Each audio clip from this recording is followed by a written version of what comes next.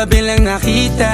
At di ko kilala si Tisha, mas lalo naman si Felicia. Itigil mo yung paghihinala mong sa diskarte ko na masira. Mahal, marami pa ang gustong tuparin, di lang para sa akin, para sa'yo din. Sa ngayon hayaan mo kong tagusin ang bagay na dati di ko kayang gawin.